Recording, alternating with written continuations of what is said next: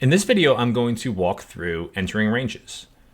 As I've mentioned in Module 1, entering ranges is the most critical component to getting a solver output right.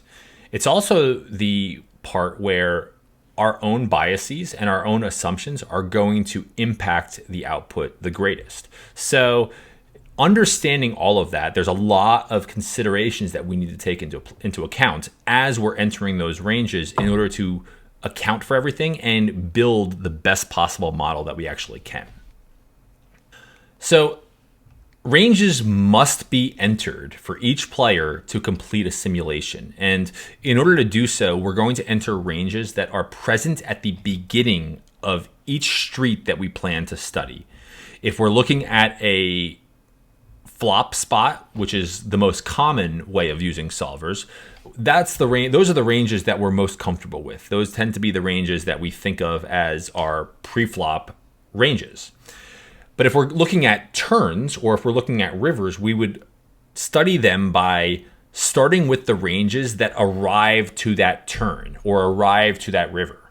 Moving back, actually, if we're looking at pre-flop scenarios, that tends to be the easiest because we can arrive at a pre-flop scenario with all of the hands in range. And that's actually partly why those pre-flop sims take extremely long, because we haven't quite narrowed down our range yet. And we start with all of the possible hands in range before the solver starts narrowing down the ones that might be negative expectation.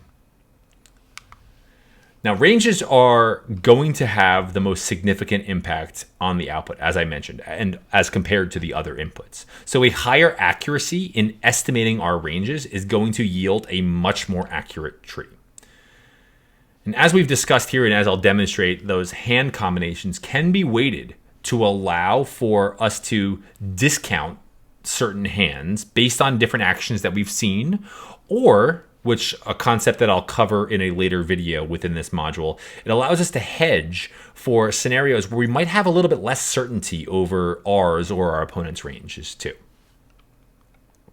Now, some initial questions that we want to think through when we are entering our ranges. The first is, how well do we know our own range?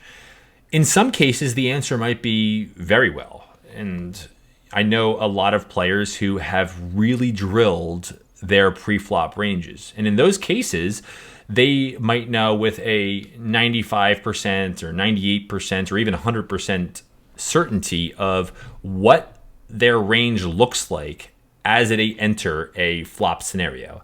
And if that's the case, awesome. Then you can use the very, very specific, precise ranges that you know that you're playing with. But you may find in other cases that you may not be necessarily so sure of your own range. Maybe perhaps you're playing in a live game where your range might be a little bit different than what those baseline ranges would look like, because stack sizes are different from different players on the table.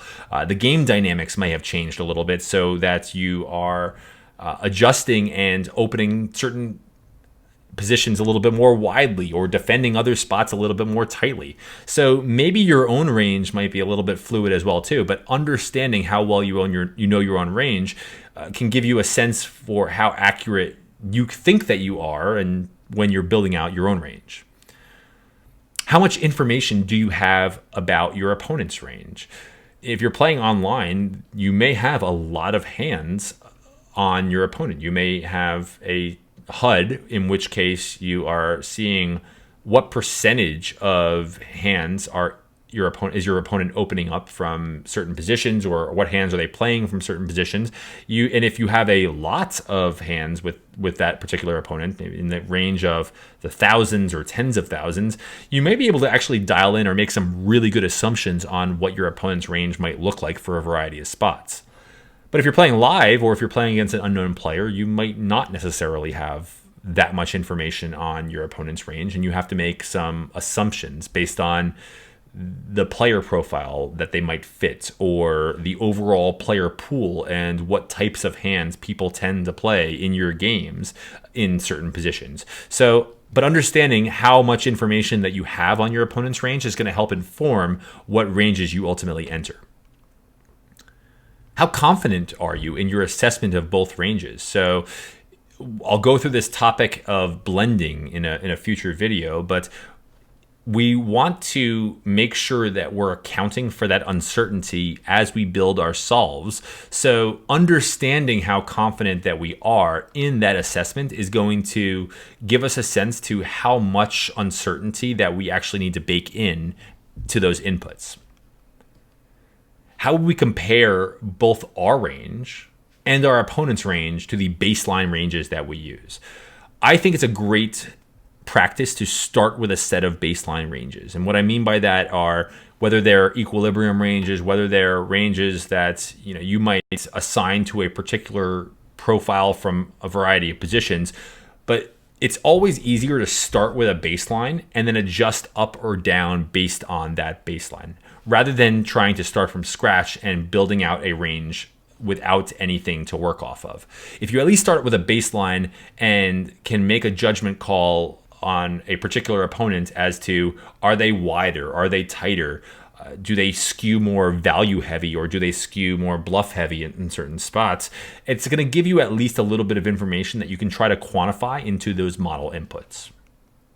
But based on your answers to these questions, we're going to want to understand, well, what tests can we account for and what tests can we implement to account for possible range deviations, and ultimately, again, build the best, most accurate model that we can build.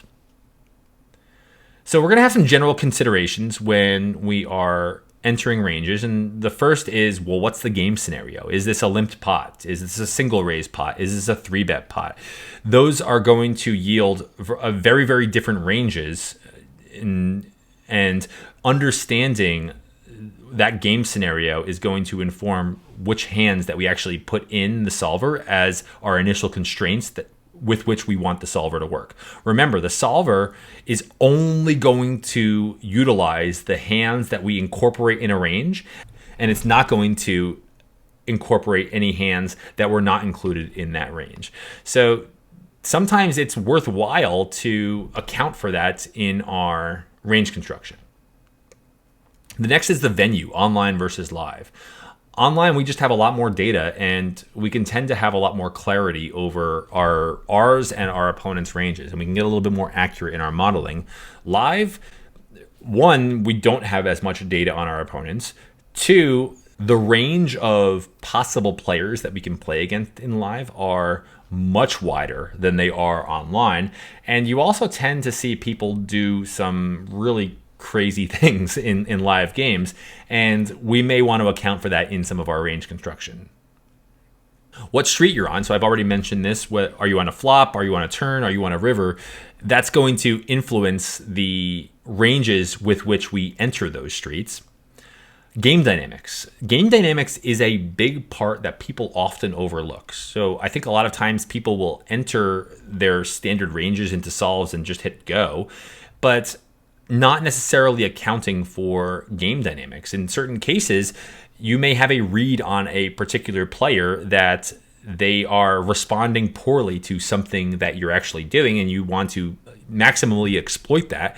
Maybe you adjust your ranges as a result of that, and that's going to impact the solve. So instead of having your standard ranges, you may have a different range for yourself, or you may have assumptions about certain opponents. Maybe you have an opponent who doesn't bluff pre-flop. They don't have any 3-bet bluffs. So when they do 3-bet, it tends to be just a linear top-end value portion of their range, maybe jacks plus and ace king. Well, that's something that you can account for in your range entering. So again, things to think through, the variety of game dynamics and how you actually got to that point. It's just an additional piece of information that we can utilize as we're entering ranges. What's the type of player profile that we're facing? Are you facing an old man coffee who only has top-end value? Are you facing a good, tight, aggressive player who may have a lot of different types of hands in range? Are you facing a loose aggressive player who maybe mirrors that tight aggressive player, but just plays a lot more hands? So, that could be an example of these two pictures here. This could be an opening range for a tight aggressive player, whereas this wider opening range could be the opening range for a loose aggressive player. These two may yield very different strategies to play against them. So again, something that we want to have an understanding of is what's the type of player that we're actually going to play against, particularly when you're playing live and you don't have a lot of data on that opponent. We're gonna range those players a little bit differently.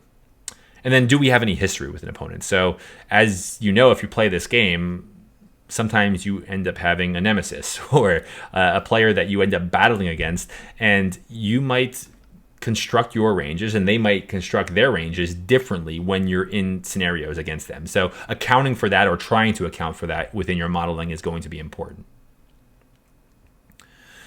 So where do you find starting ranges? As I mentioned here, I think it's a great idea to start with a baseline set of ranges, but it's hard to actually find good ranges to start with. Well, I don't have them released yet, and at the time of launch here in January of 2022, they're not going to be released in live. But if you're watching this in February 2022 or beyond, you can start with the Solver School Starter Pack.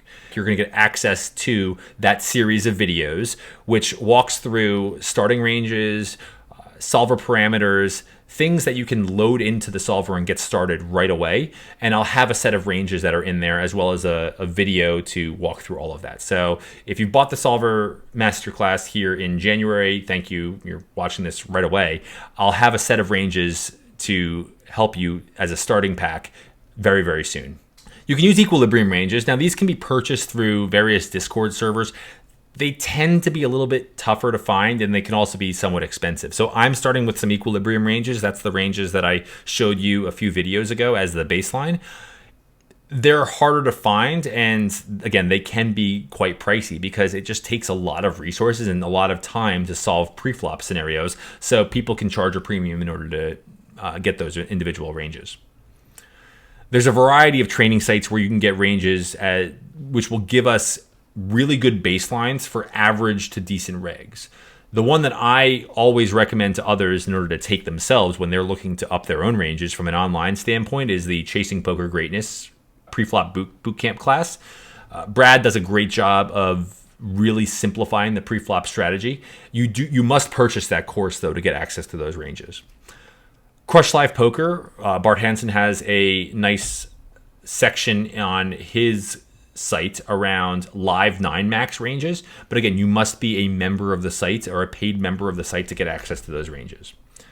Upswing has some good ranges for both online 6 max and live 9 max.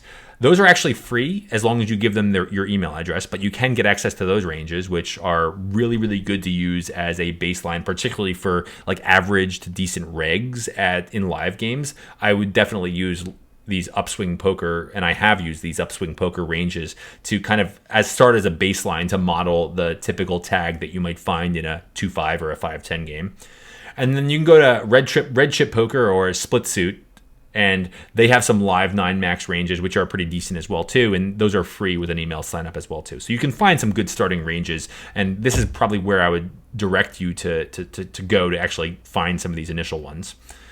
You can also build your own, and that's what I tend to do. Is after working in these a long time and seeing a lot of different ranges, I like to build my own ranges based on my own experience and based on my online databases. What you'll find from site to site, the general concepts of range construction tends to be somewhat similar. So ranges aren't going to vary from that much from site to site, but there are some principles that some people like versus others. So some people may have a preference to have certain hands as the lower end bluff hands in range over other hands, in whether they choose suited wheel aces over low suited connectors, or whether they are choosing some of these offsuit ace X hands as bluff hands. There's a lot of different ways in which we can actually construct ranges, and people might have different preferences based on how they play with these different hand classes post flop. So again, you can build this all using your own experience, especially when you're looking at your own ranges.